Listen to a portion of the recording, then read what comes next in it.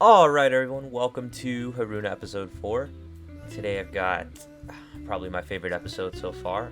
I'm excited to show you guys what I've made. This was probably the tedious work I've ever done in Planet Coaster. And it, along with it being the tedious work, it was also the most work, as this took the longest time of any singular area or project I've done.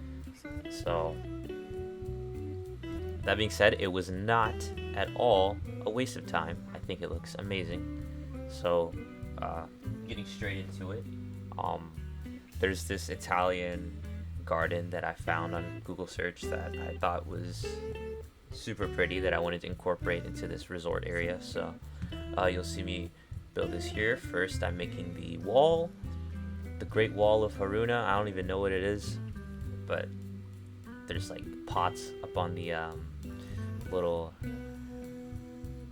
I don't even know what you call those, but I spam them everywhere.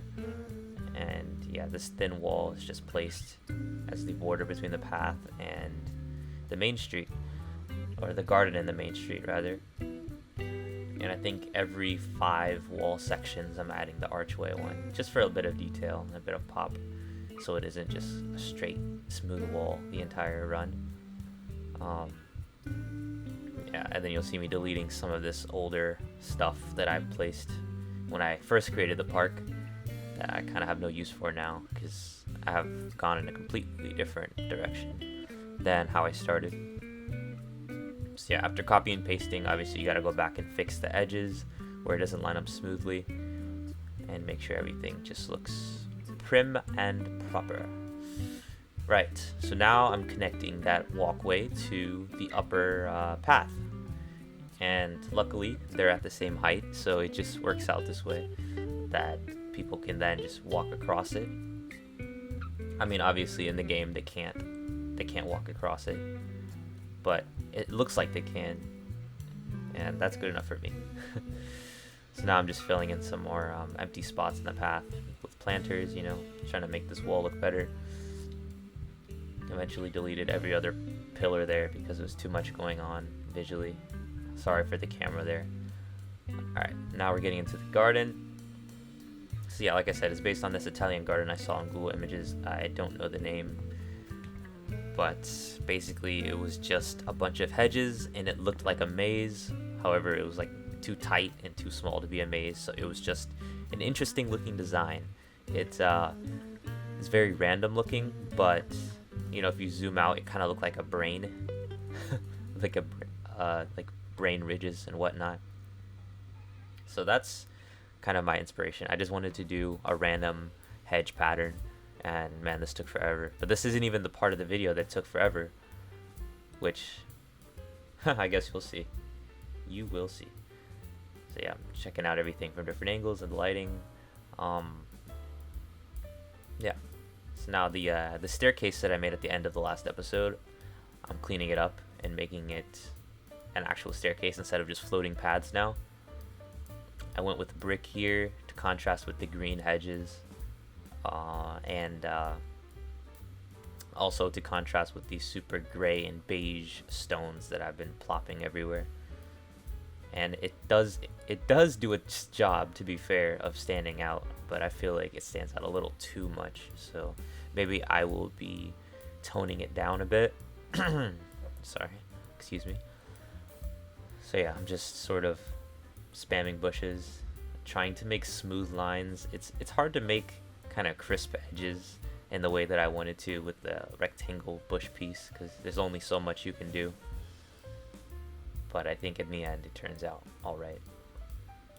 So I'm just going section by section, placing these in, making sure there's a pathway to get around each edge, so it's not like closed off areas of hedge maze. Because then if that were the case, there would be no way for the gardeners or the people who are maintaining this garden to go in and trim. So there has to be a path around and a way to interact with each hedge. So I had that idea in mind as I built this. Another thing, the areas of the path that's sort of fully surrounded, I guess. So for instance, it's hard to it's hard to show, but there's this area of the path that where there's the tan tiled path going around in almost all sides of the hedge maze. I lowered the hedge, like right here. I lowered the hedges because for increased visibility rather, and also for a bit of variation, so everything's not just super tall. This area here, it's completely enclosed by the path, so I've lowered the hedge by 50%. It's just to make it interesting looking. And then I'm just filling in the gaps, with the random pattern and trying my hardest to make it look, to make it not look like it was made out of rectangle pieces. Right, so this next area in between this little double staircase and the garden, I made a little pond. I guess I've been doing that quite often. I did that with the entrance area. There's like a dual staircase, and then in the middle, I placed a pond. Maybe there's something to be said about that. Maybe I should become or get more original ideas. So I think it's fine because this is the first time I've copied another design or another area of the park, and it's a loose copy, so it's like if I didn't point it out, I'm not sure too many people would have noticed it, but I really noticed it. So moving forward, I think I'll try not to do that design again with the two staircases and then a body of water in the middle. Alright, so this next area is the area I'm most proud of, the area that took forever, and this is of course the winery. So the first thing I did here was make a sort of flat area, and then I'm trying to connect the paths. So like I said in yesterday's video rather, the building next to the pool was originally the changing booths, or the changing rooms rather, for the pool. And then I changed that into being one lane of the building is the changing rooms, and the other lane is entrance to the vineyard. So I kind of teased it when I said it's very on theme with the Italian sort of countryside that I was going for, having a vineyard, and a winery. It just makes sense. And having vineyard tours in this park is something that I really wanted to do as I started up on this project again. So right now I am building some frames, some buildings that I just wanted to get the shape down and get the general idea across of, this is what I wanted, this is where this should be, this is where a building should be. It's sort of just placing these empty shells of buildings, no details, just the roof and the walls, sort of to give it a feel and get the spacing and terrain just right. This is a technique that I plan on doing a lot more in the future because I think it's really good. So this next building there is a blue one. I kind of did add some details there. That's a bit of a barn. You'll see as I add barn doors in a little bit. So that'll be for some larger machinery used in the winery. I'm not too sure about the specific components that go into a winery, like the fermentation chambers and whatever they do. I'm not too sure about the nuances of that. I just made buildings and I put enough of them to where each building could probably be dedicated to one aspect of making the wine. And that's pretty much it. I mean, I don't know too much about it. I just did what I thought was right. There's enough buildings. There's enough buildings to contribute to the the suspense of disbelief. Is that what it's called? I don't know. It's basically where if you can get enough details right, then basically whoever's viewing the art, for example, if you get enough things right about it, then they can believe it's real. So yeah, that's what I was going for here. Just enough. I didn't want to do too much research because I'm not too into wineries myself. So yeah, yeah, you see me putting in the barn door, and just kind of very primitive, simple details on this building. I didn't want to put too much because it is a minor part of this entire park, and I didn't want to put too much details because you'll just glance by it and be like, oh yeah, that's a barn. You got the basic details down, and that's all you need from it. You don't need it to be an amazing barn. Every piece of wood is built from scratch. Like, I've placed every single wood plank, wood beam. There's no need for that. Honestly, my PC would blow up if that were the case. So yeah. Next, I'm detailing the building.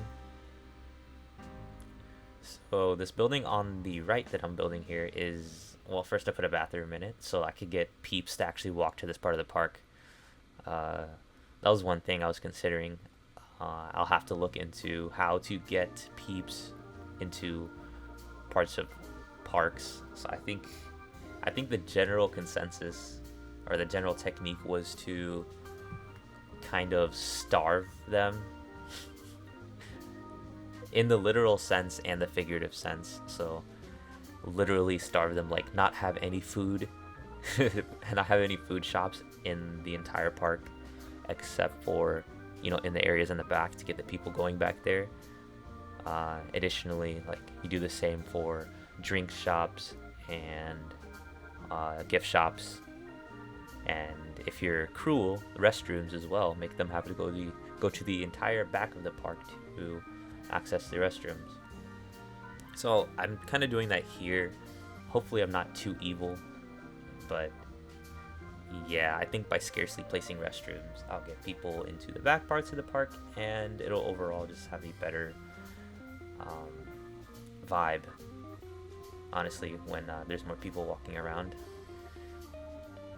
So yeah, now I'm cleaning up the area of the path. Obviously they can just walk through it, so I think I did a little bit of this technique I saw many years ago when someone I think they built a building that went over a path, and they didn't want people walking through the building because they can't really recognize the scenery, so they put waste bins inside the building where the edge of the building was on the path, and that way the people could not walk through because they'd run into the waste bins. So I think I did that with the barriers there, which you'll see later.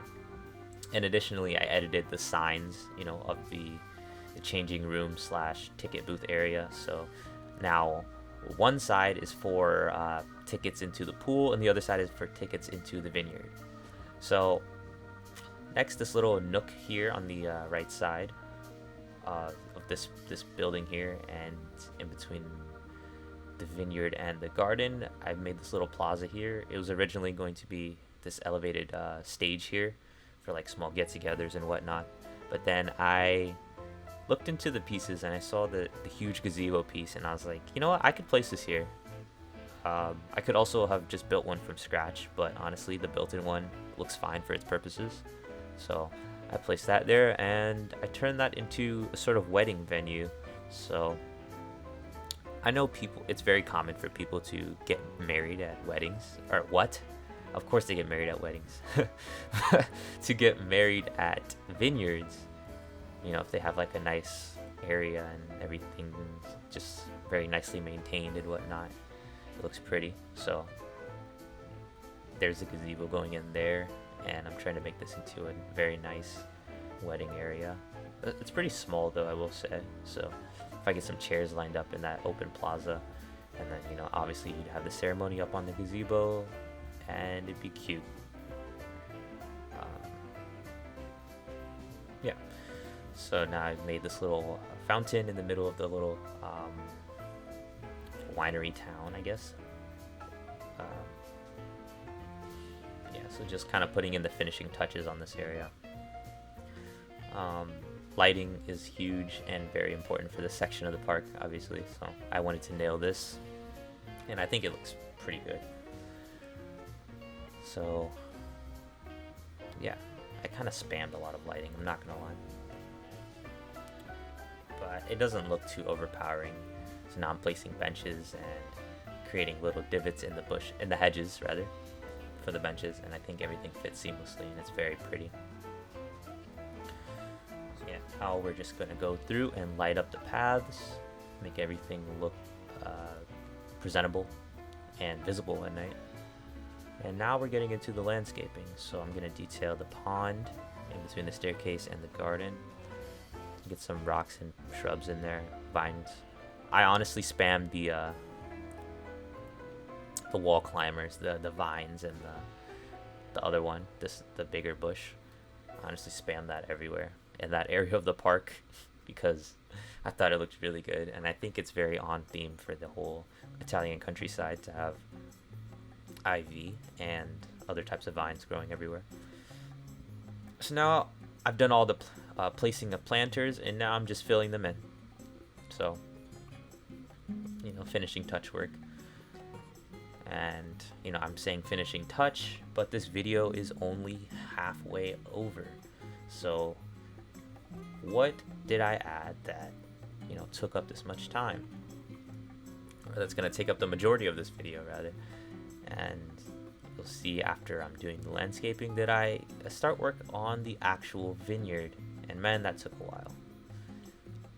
That took such a long time. It was so tedious. And I hope it's somewhat enjoyable to watch. I know it's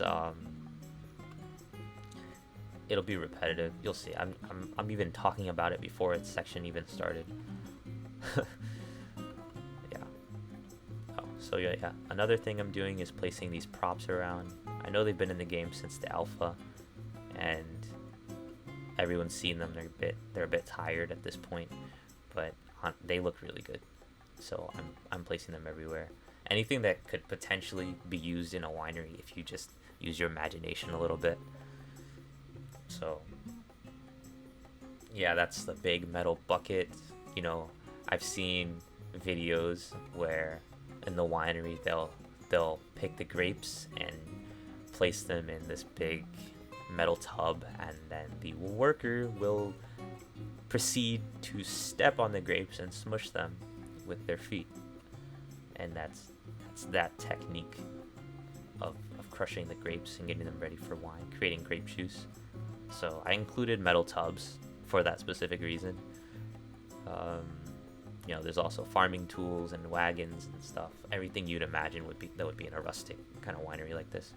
So now I'm flattening the terrain because the mountain that I made years ago, while very detailed and it looks pretty good honestly, but it is very jagged and too steep to have crops growing on it. So I had to even out the terrain a little bit. So now I've done the terrain markers with the paint tool and marked off the sort of sections of crops that I'll have. So now I'm just looking through the agricultural assets in the game, and I stumbled upon the upside down pickaxe.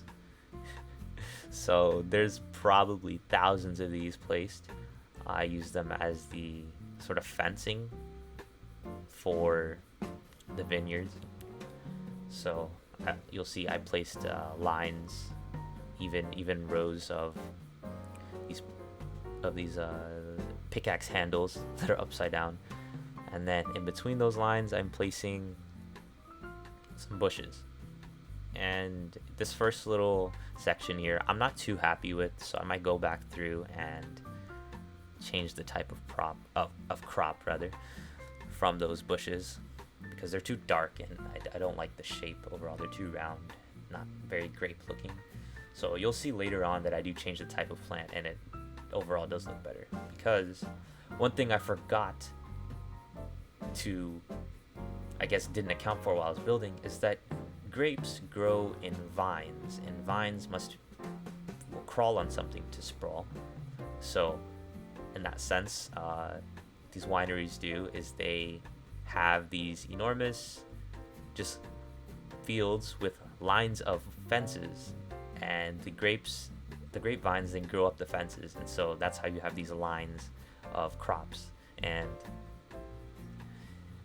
they do look a little more like these plants that I'm placing here, these wall climbers. And it just so happens that the purple flowers on there look like grapes, so I place those down a lot because I think they look really good.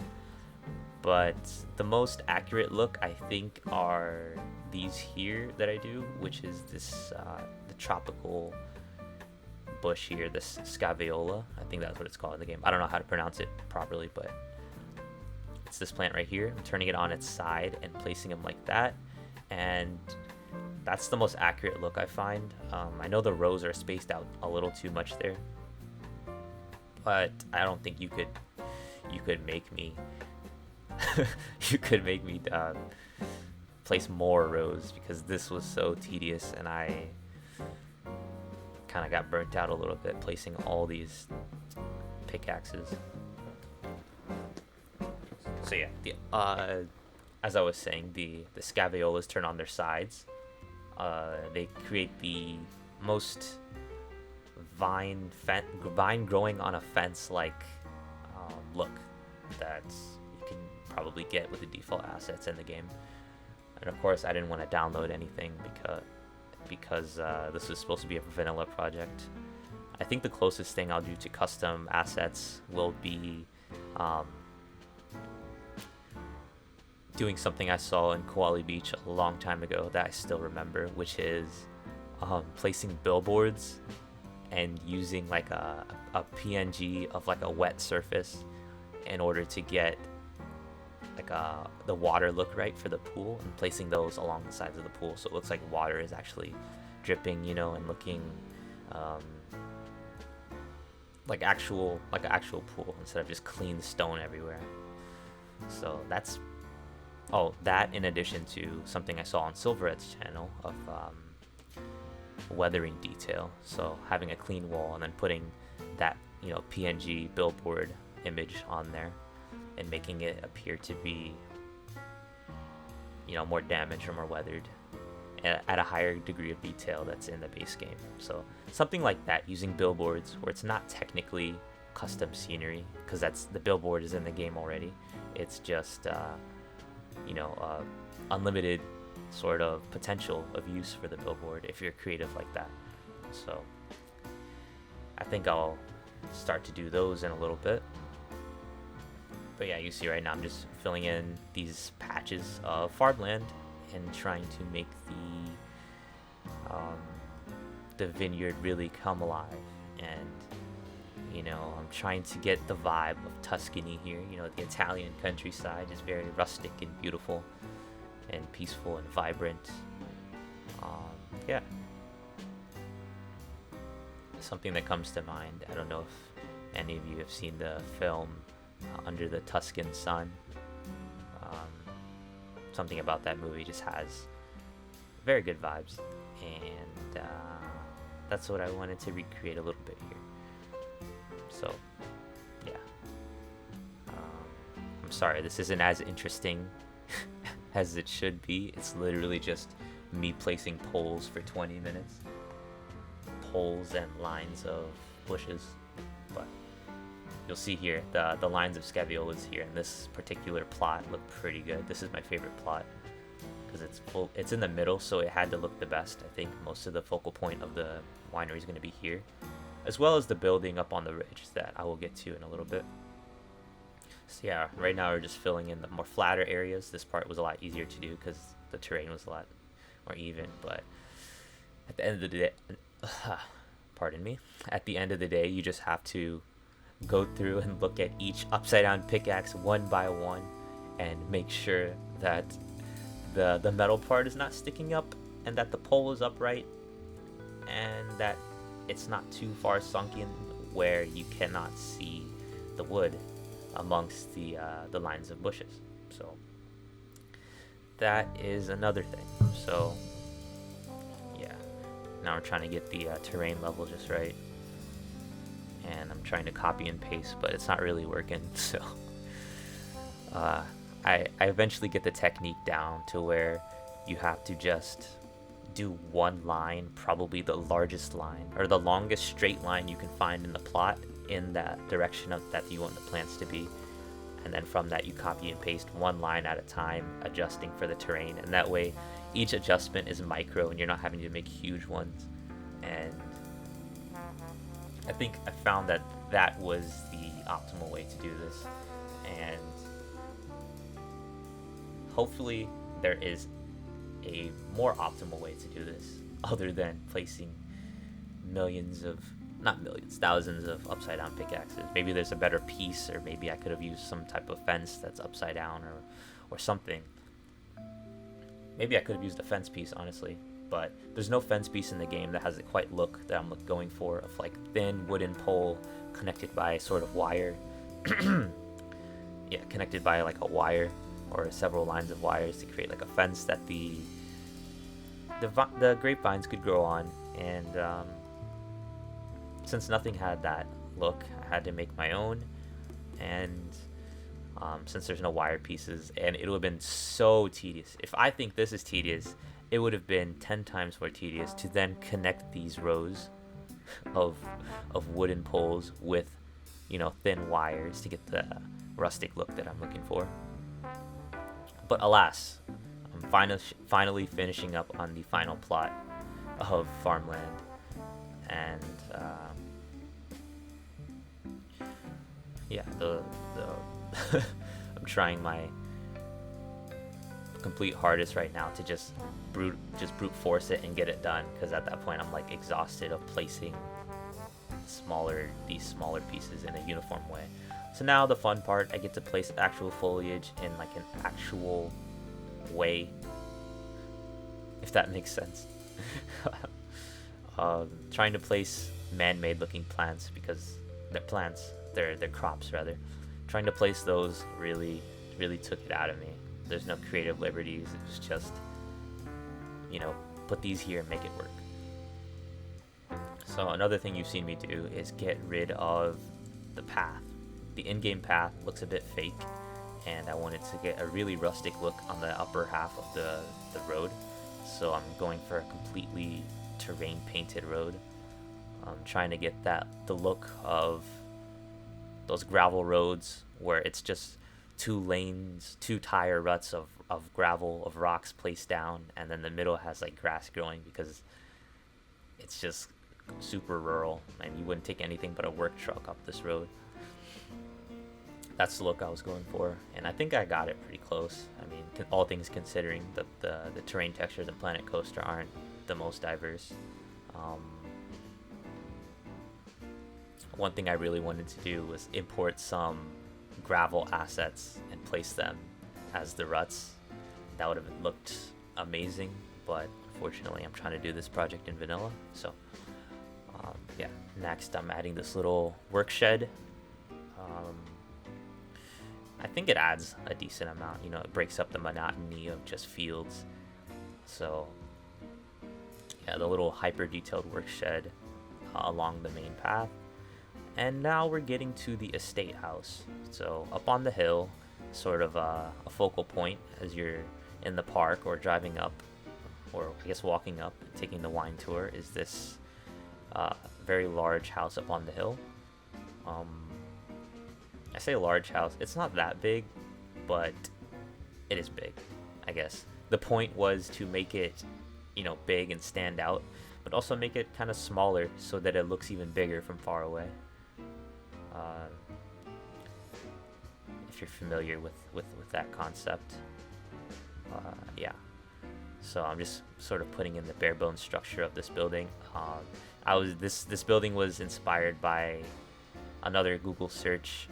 I honestly just Googled Italian vineyard and then just looked at a compilation of photos and found one architecture style that I really enjoyed. Lots of inset arches and railings around the walls, and it just looked very 3D in a sense. Lots of shapes and angles going on, lots of depth and arches, and that is something I wanted to recreate. So that is how this building is coming to be. Yeah, you'll see me do my typical spam pieces until it looks good method here. Yeah, I mean, there's not much else to say. I'm just sort of recreating this building here. Let's see, what else can we talk about in this enormous time lapse?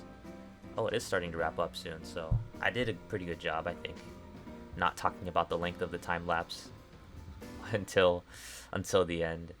I got quite far in it.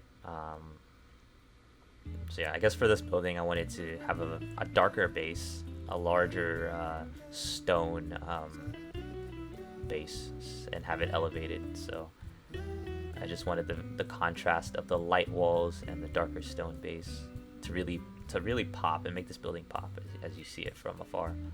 And then I added this, added the planter pieces around that balcony, the rounded balcony, or what will soon be a balcony, to make it thicker and add more lines and depth and dimensions, because it looks better that way. It looks more visually interesting that way. So yeah. Next, I'm making the main area of the building that you will be looking at from anywhere in the park. So I had to make sure this looked nice and symmetrical and served its purpose. So I made the entire front wall a huge window by using the huge cathedral window piece. And there's no rounded Roman style railings, so I had to make something up here using these arch pieces. I think it looks okay, but it honestly, I wish I could have just used the same pieces that the rest of the railing is used of, the stone balcony, or stone railing rather, those pieces. So you gotta do what you gotta do, or work with the pieces you have rather. So yeah, the back of this building is asymmetrical. I didn't really care. No one's gonna see it from that angle. I didn't even have to put windows there. I don't think the camera will ever show this building from that side. So it's just there to show that I didn't leave a blank wall. Alright, and lastly on this building, I'm making a spire similar to the bell tower in the cathedral looking hotel building on the other side of the park. I just needed something else visually striking or visually stunning to see as you're looking up into this area of the park. Something that stands out, variation of height and architectural variance. So that's what that tower is for. I didn't want to make it another bell tower. I see no purpose as having a bell tower in a vineyard. So that's why that's not a bell tower. I just put pots up there. Honestly, I don't even know how the people are going to get up there. So it's just for show, because there's no entrance. There's no staircase. I guess in real life there would be a staircase and like a flap or a ladder or something you could open to get up there. So maybe I'll go back and add like a trap door or a hatch to make it feasible that someone could eventually be up there. So yeah, finally finished that. Going to add the landscaping around the vineyard and enclose it and really make it feel finished. So I'm adding lots of rocks and shrubs and rickety fences and all that just to make this area look